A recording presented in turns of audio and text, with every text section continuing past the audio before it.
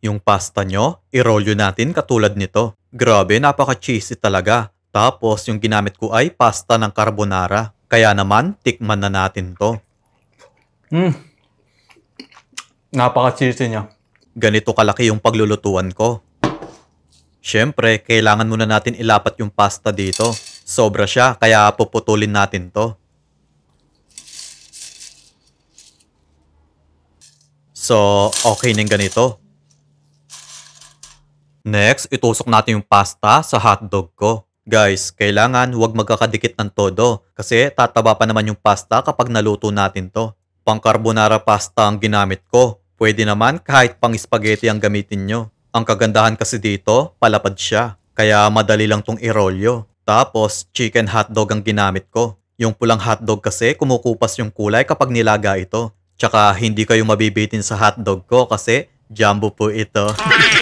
Yes po, kailangan jumbo talaga para madaling tuhugin ng pasta. Naglagay lang ako ng isang kutsaritang asin at isang kutsarang mantika. Guys, kung gusto nyo din bumili ng katulad ng lutuan ko, pumunta lang kayo sa TikTok ko at i-click nyo yung pangalawang video. So, baligtarin natin ito pa. Nalaglag na. Take 2 tayo. Medyo madulas kasi yung hotdog ko. Kaya binabaligtad ko kasi medyo kulang yung tubig na nailagay ko. So, okay na to. Nagdagdag ako ng tubig kaya 3 yung pagsasabayin ko. Iwas muna tayo sa mamantika kaya ilalaga lang natin to. So, okay na to. Guys, huwag niyong babanlawan kasi kailangan natin agad irolyo para paglamig ng pasta, magdikit-dikit ito. Habang mainit-init pa, irolyo na natin. Heto ang kagandahan sa carbonara pasta. Lapat na lapat siya.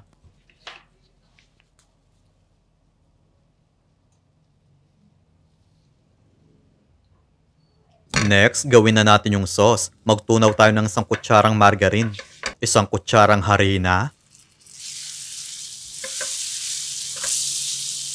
at konting tubig. So, i-mix lang natin tong mabuti. Maglagay din tayo ng 40 grams quick melt cheese. 50 ml evap.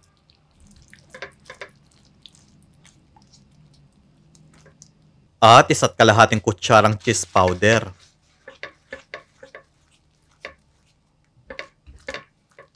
So, okay na to. Ilagay muna natin sa bowl para hindi ma-overcook.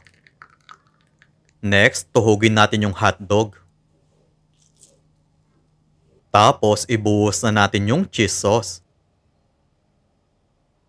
Ilagay lang natin yung pasta roll dito. O, diba? Ang ganda. Lapat na lapat yung pasta, tapos yung chicken hotdog malasang malasa. Kapag pinaikot nyo, kakapit na agad yung cheese dito. Tsaka hindi basta-basta bibito yung pasta nyo kasi nirolyo natin habang mainit ito. So yun guys, nakaluto na tayo. Kaya naman, tikman na natin to.